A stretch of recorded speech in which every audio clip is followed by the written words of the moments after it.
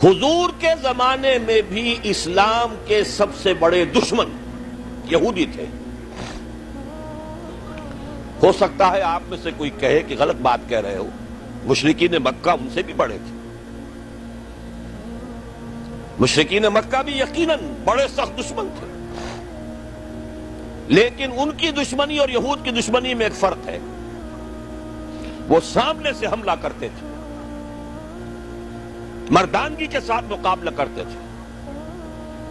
उन्होंने अपने बातिल माबूदों के लिए गर्दनें कटवाई। 70 लाशें बड़े बड़े उनके सरदारों की मैदान बद्र के अंदर पड़ी थी। इसके बावजूद अगले ही साल फिर आ गए चढ़ाई करके।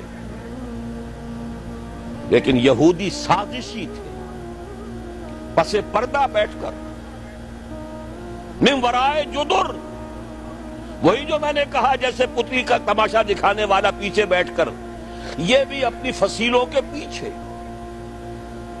सारी साजिशें इनकी हैं, बार बार चढ़ाकर लाए हैं, मक्के वालों को भड़का कर लाए हैं और ये वादे करके लाए हैं कि हम तुम्हारी मदद करेंगे। डॉक्टर अहमद बयानत के लिए फॉलो करें। जज़ाकल्लाह। अस्सलामु अलैकुम व रहमतुल्लाहि व बरकातुहू।